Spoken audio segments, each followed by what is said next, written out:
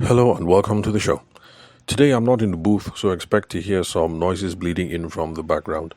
And before we begin, I have been, there's a couple of listener shout outs that we haven't gotten to. So let me see. Let me pull up my. So let me have a look at LinkedIn. So, listener shout outs. First off to Afiz Adigun. He's a managing director in Lagos. He reached out on LinkedIn, says, it's a pleasure to be a part of my network. Let's see. Okay, found me on the podcast. And he's thankful for the insights and the experience that I share with you guys. So, thank you very much, Afiz Adigun, for listening to the show and for reaching out. And so, for those of you who are also just discovering the show right now and you think you're getting valuable nuggets from the show, please share to other people so that they can tag along and also get some good stuff. Then there's also a message from Digital Yusuf. Interesting name. I'm assuming that Digital Yusuf is not his real name. I'm assuming that's a professional moniker or something. So let's see. Okay, I also came across the profile because of the podcast and is thankful for the value that I deliver on the show. It says, keep up the good work. And Yusuf, thank you very much. And by the way, in case you guys can't tell, I'm looking forward to meeting and chatting with more of you because this is also how I get questions for the show. That's for those of you who reach out and who have questions because I'm currently having a chat with Faith Edo. Is it Edo or Ido? I can't remember. And she just finished from University of Ibadan, I think, about to go for NYSC soon. So we're having a chat, trying to figure out a bunch of things that we can do to get her, to get her Moi business up and running. But that's going to be a podcast episode for another time. By the way, note of warning, because I'm interacting with a bunch of folks and I noticed that, a couple of them are students, year 3 entering year 4, that kind of thing. People are about to graduate and blah, blah, blah. And I'm helping people pro bono. It does not mean that I am here to do Father Christmas. So there actually is a business. And yes, I do have ways of sniffing out those of you who are looking for free advice. So reach out. Let's have a chat. I try to help as many people as possible. But if it looks like you're just trying to get free advice, we're adults, so we have to sit down and have the conversation. But I'm not going to chase away the faiths and Zainab and who else? I can't remember the other lady's name, the one from University of Port Harcourt. So I'm not going to chase you guys away. So reach out. Let's chat. Then, Victor Agaba as well. He's a content marketer. Okay, I didn't get where I would have to check his profile for that. He's a content marketer and, same through the podcast, and was impressed that not many people send messages after connection requests. And so you can see here's a live testimony. You reach out to me, you definitely will hear from me, even for those of you who don't send messages first, because I send messages to everyone. So let's see what else. Oh, and by the way, that is proof, like I've been saying, that I respond to everyone. Even if it takes me 12 hours or 24 hours, eventually I'm going to get to your message. So, with those shout outs out of the way, let's head straight to the topic for today. So today on the podcast, we're going to look at how to win high value deals. This is not a question that I've been given in the past. This is something that I just think we should consider here on the show. And I want to bring a different perspective just so that a whole bunch of us realize that high value deals are more accessible than we think. Because for the average Niger kid now, I'm assuming that when they hear high value deals, they're thinking big, fintech, that kind of thing, raise like 10M and all that sweet money that we hear on the on the podcast and on the blogs. When you hear that so startup did a funding round and they collected 10M in seed round, something like that. So $10M, probably not a lot of money, but then you do the conversion rate and it's looking like some sweet cash after all. And then, of course, people who are part of the incubators, like the last time that I spoke about one of my mentees that I'm working with, who is going through the OCIF, that's the Orange Corners International Fund or something like that. I think that's for the Kingdom of Netherlands, and they finance some programs through Faith Foundation Lagos. And so people who are going through that program, that's people who qualify at the end of the whole thing. What they receive is a 2M. But that 2 million, unfortunately, is not dollars. It's 2 million, naira. But still, it's not bad. And the point I'm just trying to make is when most people hear high value deals, this is what they think of. They're thinking big, big, big, big, big. They're thinking $10 million, 2 million naira, and they're thinking, fintech, startup, and all these sorts of things. So just to let you guys know that high value deals are more accessible than you think. But first off, before we even get to that side of how our high value deals are accessible, we have to figure out what is a high value deal. So a high value deal over here on the podcast, we like to keep definitions nice and simple, which is not to say that if you go and check your business textbooks, you find much more robust definitions. So let's go with my own simple definitions for now. So high value deal just means business transaction that has big, big revenue and big, big profit. Now, for all these businesses that have huge revenues or huge profits, they are characterized by a couple of things that we should keep an eye out for. For those of you who've been listening to the podcast for a very long time, you will see that none of these things come as a big surprise, because we've been hearing it from time immemorial since I've been podcasting over here. So number one, large contract value. So that means you're dealing with huge sums of money, and it requires a big financial commitment from the client, the person paying on the other end. Then another thing is characterized by is long-term relationships, because there's no how you're talking big money that it doesn't imply a sustained business partnership, whether it is clean business, because whether it's clean business or whether it's, even if it's illegal business, even if you're doing drugs, it has to be sustained long-term partnerships. There's no big money that comes with short-term partnerships. It just doesn't happen. So if you're looking for that kind of thing that you want to hammer, but then you don't want to, you don't want to schmooze and you don't want to do none of that, just perish your thought. It doesn't work. At least not in the beginning. If you want to be like this guy, Rick Rubin, legendary producer, and Prince and the rest of them, in the beginning, they had to schmooze. When they now became Rick Rubin and Prince, you can now do that solo thing and blank everybody and mind your business. But in the beginning, you have to schmooze. We can't get around it. Then it's also going to involve complex negotiations, because when you're talking big money and you're talking complex deals, know how, you're going to be talking to multiple stakeholders, different peoples, and then the terms now become intricate. So there's some complexity there. We can't run away from it. There's no simple subject matter, simple thing that brings big money by itself. I will go into the different circumstances where that can happen. Then these things also have to be high impact solutions. They address critical challenges that people are facing, which is why right now a lot of the big money seems to be chasing the startups and the fintechs and the AI and the everything, because right now that is where you pour in some money and you get, bam, big results, big changes, big impact. And then you can charge accordingly when you get into the market. So for those of you who've been listening to the podcast for any length of time, you will see that what the rest of the world calls high value deals, that is what those of us in sales and business development disciplines, this is what we call complex sales scenario. We talk about these things ad nauseum on the podcast. In fact, I mention it, if not every week, every other week. And I've been waiting for someone to actually say, dude, you talk about complex sales scenarios too much. Can we move on? I'm glad that nobody has said that, because complex sales scenarios are actually the cocoa of what we're doing over here on the podcast. If we want to make that creamy money, that good moolah, it doesn't come from doing the simple stuff. It's the complex stuff. Or we do the simple stuff, but then we ratchet up the volume. But by the time we ratchet up the volume, you see that some complexity has started entering the whole thing. So, so high value deals is just the same thing as complex sales scenarios, what we talk about over here on the podcast. Or if you check your favorite YouTuber or whatever, all the same thing. So if you've been following people talk about high value deals, no problem. You've been following people talking about complex sales scenarios, no problem. You're on course. So like I said, if you want to do simple sales scenarios, then if you want big sums of money, then you need huge volume of transactions. So volume.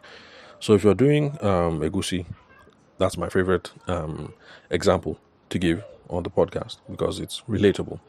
So if it is egusi, that's a commodity good. It's low price. It is not a complex subject matter. It does not involve complex relationships because if I go there, it is me and the woman. We price, I pay, I collect my money, and then I leave. And because of that, long-term relationships are not desirable. So if you're going to be in the egusi market and you want to make money here, you have to think volume of transactions. So you have to try and sell as many cups of egusi at 3,000 naira as possible. It's volume, volume, volume, volume, as in move your cups. If you can be selling 100 cups a day, that's good. That's not bad money. But then if you want to pursue high value deals in the egusi market or in the agro commodities market, those sorts of things, we have to think bigger. Not just volume, but we have to go larger in scale. So we have to think of a large contract value. So in this case, oh, by the way, apologies, for the sounds in the background. The Munchkins are just doing their things, just being rascals. Where was I? Okay, yeah. So we're thinking large contract values now. So instead of thinking in terms of cups of egusi, you now have to start thinking in terms of bags. If you're moving bags, that's significant weight. That's better profit margins. In fact, instead of thinking bags of egusi, so for those of you who are involved in the business, I don't even know if you sell egusi in bags. This is just me freestyling, because when me and my brother did the agro exports and things like that, that's how we used to do it. Bags, 25 kg, 50 kg, that kind of thing. So 25, 50 kg.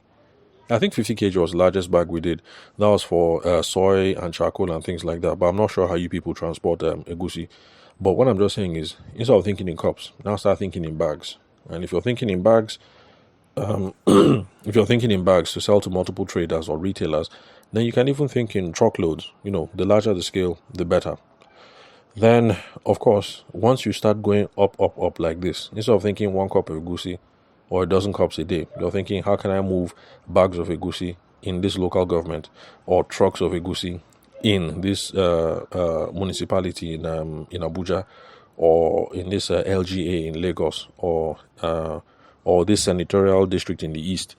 You start thinking big like that, then long-term relationships now start to matter, because know how you're going to need relationships with truckers, relationship with distributors, retailers. In Abuja, you're going to have to know people in Abuja Market Board, municipal task force, what else? All these kind of people.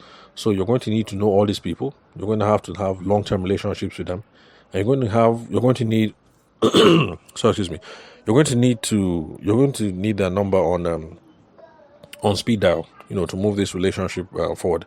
If nothing else, at the very least, so that when your boys are driving through Abuja and the task force hold your truck, at least you know who to call to say, oh boy, I've paid my dues, release my guys. Then negotiations are going to be complex because, like I said, there are multiple partners now, different stakeholders. So it's a negotiations minefield. You will talk with the local traders. You will also talk with the market board. You will negotiate with truckers. What again? Municipal. They will need their own cut too, on and on. So plenty of negotiations. And then the thing I said about high impact solutions, well, this is definitely high impact, because the thing is, it looks very simple to us, tomato and egusi. But the thing is, if the marketing boards can't get supplies of commodities and staples, then what happens is that the market no longer becomes viable. And we've seen these sorts of things in Abuja happen, where there's a market, it opens up, like this place next to Utako, what's it called? There's this place next to Utako Market. There's a community next to Utako Market. I don't know if the market is beginning to revive now, but there's one time that they opened it, everywhere nice, everywhere fresh, international market, as we say in Abuja. But if you try 1 or 2 times and certain things are not there, after a while, you and your wife, you just stop going there, or you and your spouse, you just stop going there, because you go there and you can't find half the things that you need. So these things have caused markets to dwindle. So I've seen markets dwindle in Abuja. My guess, and maybe markets don't dwindle in Lagos, because in Lagos the whole world is there. I hear that there's like 15 million people in Lagos, I'll be 17 million. So maybe any market in Lagos is going to be vibrant. What I'm trying to say is that tomato, egusi, getting things there on time actually is a high impact solution, because if you can't get commodities there on time, the viability of the market is going to be threatened. Sorry about that. Apart from my throat issues, I've had a long day being on the phone. And, funny, when you enter into some lines of business, some people don't tell you the, what's it called, the health and safety aspects of it. So I had no idea that when it comes to consulting and public speaking and coaching and things like that, that your voice is a tool. And so you have to pay attention to your voice. So I used to laugh at people who would say, "Oh, I need to take care of my voice." I mean, back when I was in OAU and I wanted to join the choir, people would say, drink warm water, mix it with lemon, do vocal exercises, this and this and that and that. And I used to laugh at them like, I beg, the voice is the voice. It'll be fine. It'll be cool any which way. But now I'm saying that, you need to pay attention to these sorts of things. So if you're going to be a consultant, if you're going to be speaking for a living, then and you're still in school, then talk to people in the choir. They will teach you about voice care routine, how to use warm water and lemon and everything, and get your vocal cords working all nice. All right, so where was I? Okay, so basically what I was trying to show with the Egusi thing is just that we can get to high-level deals just by thinking in terms of a larger scale. So if you're thinking Egusi cup, start thinking Egusi sacks. If you're already operating at the level of sacks, start thinking of the level of trucks. If you sell cars, okay, because we also did some car sales examples, I think, last week. So if you're thinking cars, but you're doing retail, you're selling one Toyota every month, think in terms of fleet sales, like how can I get Zenith Bank in Maitama branch to buy, 10 cars for marketing staff or something, thinking in terms of fleet sales, fleet rentals. So now, okay, we've done 15 minutes. Let's see how we can bring this to a close. So if you want to land a high value deal, the step-by-step is pretty simple. It's the same basic stuff that we've been talking about over on the podcast, so no need to overflog it. So first of all, you have to identify the ideal client. You have to look for the market opportunity, and you have to be asking yourself the simple questions that I advocate here, especially when I did that podcast episode on how to start your business in 3 easy steps. And step 1 was you have to ask yourself, is there money in this thing? Is this thing viable? And then, of course, you have to ask yourself, am I capable of pulling this thing off? Because, quite frankly, there's some things that pass my power. There's some things that pass your power. And you need to know before you can enter. So in the photography and in the video space, was one of the problems I had, because I don't like managing large production crews. And by the time you're doing some jobs and production crew is like 15 boys, 20 boys, this whole thing of making sure, did this person show up on time? Did this person show up on time? Where are we with this deliverable? That kind of thing just passed my power. There's some people that are suited to that. And so if you're thinking high value opportunities in that space and you don't mind that kind of headache, waking up at 5 o'clock or 4 o'clock in the morning, and then you start chasing people that, where is Kunle? Is he on the road yet? Who is at the client's house? Where is the mixer? Where is the crane? Where is this? Where is that? If it's within your power, then cool, no problem. So you have to ask yourself the right opportunity, identify ideal clients. Then, of course, you need to understand the pain points, understand the business objectives, understand what people are trying to solve. You also need to research the decision-making process. This is something that I talk about a lot, and people just don't feel me. They don't understand why this thing is important. If you don't have an idea of these people's financial capabilities, how much bar they have, or their decision-making process, how it is that they will, how decisions get made, then how are you going to determine who you need to talk to, who to build relationships with, who to pursue, where the bottlenecks are, things like that. So you need to know what's up. You can't just say, oh, Egusi, people are millionaires in the Egusi market, let me just enter. If you do not understand the decision-making progress, people's financial capabilities, their different interests, you won't know who you should approach, who you should toast, who are the right stakeholders, things like that. So we need to ask ourselves all these questions as well. Do some small research. Also, build strong relationships. Network extensively within the industry. Yes, it might be Egusi and tomato, but there's also networking that is going along there. Even if it's abattoir business, and you look at them, they're smelling because they've been drenched in goat blood and cow blood and everything. There's still networking that is going on there. I mean, why do you think they do election within the markets, and in the abattoir section, they're hustling to see who will become chairman of the abattoir section, chairman of the market overall, things like that. So you need to know what's up. You need to know who is who. Network extensively. Attend industry events. Attend conferences. Yes, even for Egusi and tomato people, they have events and conferences. It might not be tush, and it might not happen in Hilton Hotel, but best believe that they're having their meetings, because there's no industry that is not coordinated. So you need to know what's up. Who are they? Where do they meet? Is it every 5 market days or whatever? Know your thing, do the networking. Then, of course, there's the whole thing of having a value proposition, and that is when I spoke about Victor Antonio and his 3 Fs. And let me say it again, in case some of you think I'm illiterate. It's just a running joke on his podcast. So when he says the 3 Fs, they're not actually Fs. They're actually 2 Ps and 1 F. So value proposition is physical, and then financial, physical, financial, and then psychological. So that's his 3 Fs. It's a joke. They're not Fs. So physical, if you buy my product or my service, how will you improve? How will it do you in the body? That's the physical benefit. Then financial, if you buy my product or my service, how is it going to do you in the pocket? How will your bank account reverberate? That's financial. Then psychological, you buy my product or service, how is it that you're going to feel? And the example that I have given time and time again on the podcast is back in my wedding photography days. The chief benefit we were selling basically was just psychological. I'm a wedding photographer. Your pictures will be glam. You will slay. You'll be the talk of the town. Your photographs will trend on social media. Blah blah blah. It was all the psychological stuff. And then for some of you, what you're selling is financial.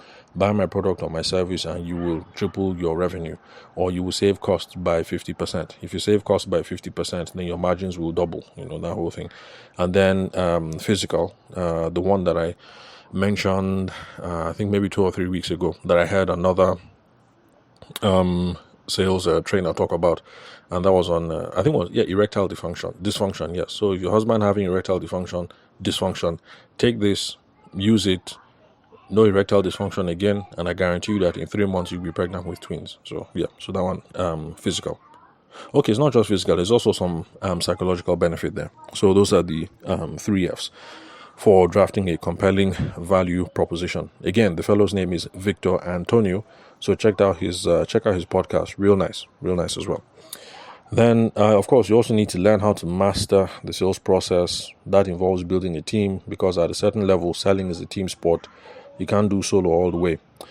Then, let's see what else. Build a reputation, be trustworthy. We've already spoken about focusing on long-term partnerships. What else? If you've been listening to the podcast for a while, you know exactly what it is that you have a sense of all these things that I'm talking about. So bottom line, just pay attention to the podcast, and you'll be cool. You'll have enough guidance. Then final thing, landing high value deals. It takes time and it takes persistence. There is no high value deal that comes quick. It doesn't happen. If you're in the position where a high value deal falls into your lap, then thank God. But just know that that's not the norm. In fact, if it lands in your lap 2-3 times, just know that you're a unicorn. That's not how business life is going to be all the time. Usually, it takes time. Usually, it takes persistence, hard work, relationships, all those sorts of things. So, like I said at the top of the show, the usual examples of high value deals is when people are talking about large-scale software, which is why people are trying to start fintechs in Nigeria. Because if you have a fintech that does some revolutionary thing when it comes to Nigeria bank payment infrastructure, even though it is only collecting one kobo on top people's transfers or something, but the thing is one kobo on top business transactions, that is like billions of transactions, it amounts to a whole lot. And that is how a lot of these companies make their money. So whether it is a Remita or whether it is a OPay or whatever, is this whole thing of they're taking one kobo or one naira from a few million of us, and they're doing that several thousand times a day for 365 days of the year. So usually in Nigeria, when you hear high value deals, that's what people are talking about, and that's what everybody's trying to raise money from America so you can do your fintech, because the payout is huge. To be collecting one naira or 4 naira or 5 naira, from each person, I mean, it's It adds up. It really does. Then, of course, high value deals in Nigeria. People are also thinking infrastructure projects, things like that. Like this whole thing of Dangote's refinery, that he's not getting oil. It's been in the news that he can't get crude. And, you guys know the gossip, so no need for me to go into details here. But yes, high value deals. People are thinking of those kind of big things, Dangote. Then people also think high level deals like enterprise level consulting projects. Like I saw on TV today, this guy Bismarck Rwane, financial something. I can't remember the name of his company, but he was someone that I got the chance to work across as a young lawyer. I was with a firm. The firm was providing legal services. We were negotiating joint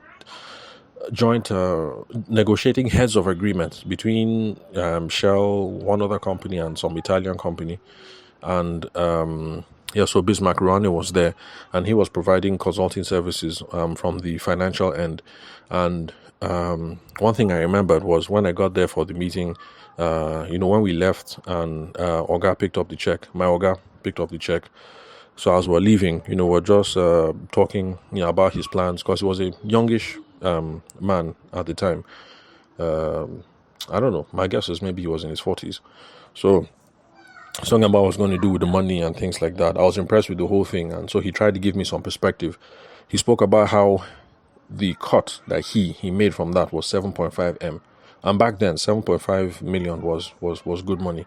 Now 7 million can't really do you anything, because in central district in Abuja, we know how much house rent is in this part of the world. So anyway, so 7M back then was money. 7M right now is just getting by.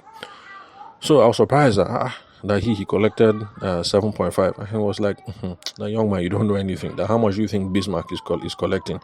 That Bismarck is probably collecting like 10 times what it is that we're collecting. And I was like, wow, I can't wait to be like that someday.